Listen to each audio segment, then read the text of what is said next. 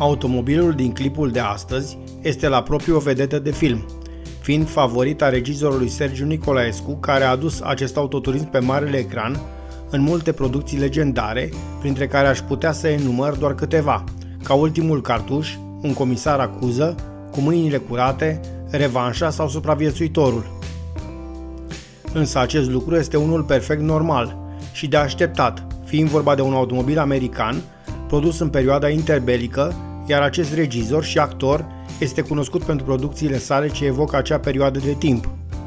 Tot în acei ani, industria americană de profil era undeva sus pe val în ceea ce privește creativitatea tehnică și stilistică, iar națiunea americană tocmai își revenea după recesiunea groaznică a anilor 30.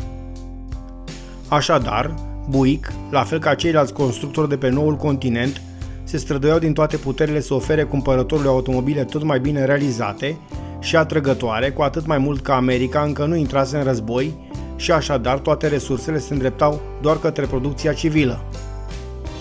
Specific multor autoturisme americane, și acesta se încadra în clasa de lux, un motiv pentru care atât calitatea construcției cât și rețeta tehnică era una superioară.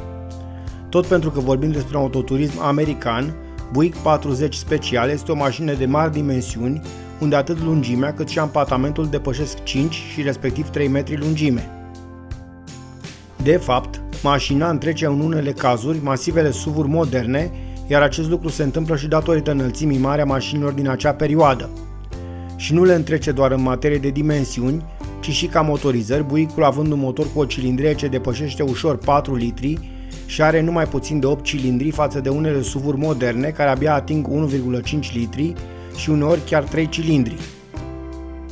Totuși, deși diferențele sunt notabile, puterea obținută este clar în defavoarea mașinii americane, iar anii de evoluție în construcția de automobile se fac în mod clar simțiți. Motorul este unul cu o arhitectură interesantă, având 8 cilindri poziționați în linie și având supapele în cap în număr de 2. Acesta este poziționat longitudinal, iar alimentarea se realizează în mod aspirat și cu carburator, la fel cum se construiau automobilele în acea perioadă. Puterea obținută este una modestă de doar 107 cai putere la 3400 rotații pe minut, iar cuplul maxim ajunge la 275 de Nm. În aceste condiții, automobilul beneficiază de un motor relaxat și plăcut ce pune accent pe cuplu și rezistență și nu e de mirare că reușește să treacă testul timpului. Bineînțeles că acest lucru nu s-ar fi putut întâmpla totuși fără o grijă deosebită. Mașina are la dispoziție o cutie de viteze manuală cu 3 trepte, iar levierul de comandă este poziționat obișnuit, la podea. Interesant este volanul subțire, cromat și cu o dimensiune importantă, iar acest lucru ajută în plus la manevrabilitate, mașina fiind una mare și relativ grea, având peste 1600 de kg. Totuși, deși masivă, mașina are calități dinamice interesante, putând să obțină 120 de km la oră, o viteză considerabilă pentru anii când a fost construită. Însă aceste calități aveau și un preț, mașina având un consum de 18 litri la sută, așadar o valoare importantă. Chiar și așa, mașina avea un rezervor nu prea mare, ce înghițea doar 65 de litri de carburant, așadar cu mult mai puțin decât un Passat modern, al cărui plin îl faci astăzi cu 70 de litri de benzină. Dar nu despre performanță este Buick Special, ci despre eleganță și confort. Mașina este un sedan de lux cu o eleganță ieșită din comun, însă Buick l-a construit atunci în 1938 cu o gamă extinsă de caroserii, mașina existând atât cu 4 uși ca cea din imagine, cât și cu 2. Mașina era de asemenea construită atât în format familist, touring, dar și coupe și chiar cabriolet deschisă pentru cei ce doreau un vehicul cu o valență mai personală. Caroseria este desenată grațios, având multe elemente cu rol pur estetic, iar cromul face parte din rețeta generală de construcție. Astfel, blocul radiatorului, înalt, impresionează în mod deosebit alături de farurile carenate și montate într-o carcasă masivă și aerodinamică. Faruri suplimentare de ceață sunt montate jos alături de bara cromată și masivă.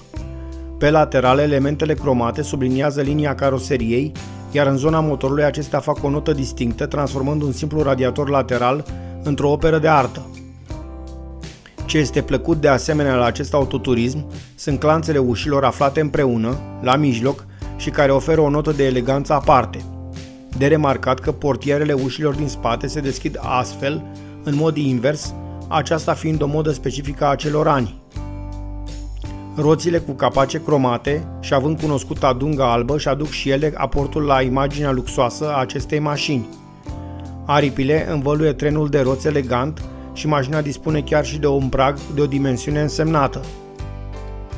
Suprafețele vitrate sunt numeroase, desenate rotunjit și plăcute, însă specific acelor ani geamul curbat nu există, așadar atât în față cât și în spate se foloseau parbrize și lunetă în două ape, așadar cu două foi de geam. Astfel că în pas cu moda acelor vremuri, mașina avea ștergătoarele ce se odihneau amândouă înspre centru. Același lux și eleganță aveai să-l întâlnești și la interior, unde pe bord aveai să găsești mult crom și instrumente desenate cu multă grijă și mult bun gust. Așadar, privind la acest autoturism, vei înțelege imediat și negreșit că Buick și americanii au știut să construiască întotdeauna mașini și nu oricum, ci legendare și de neasemuit, un motiv pentru care mereu vor avea respectul nostru al tuturor. Iar acest lucru se observă negreșit privind la acest Buick 40 special, extraordinar de bine păstrat, tocmai de la fabricația lui din 1938 și până acum.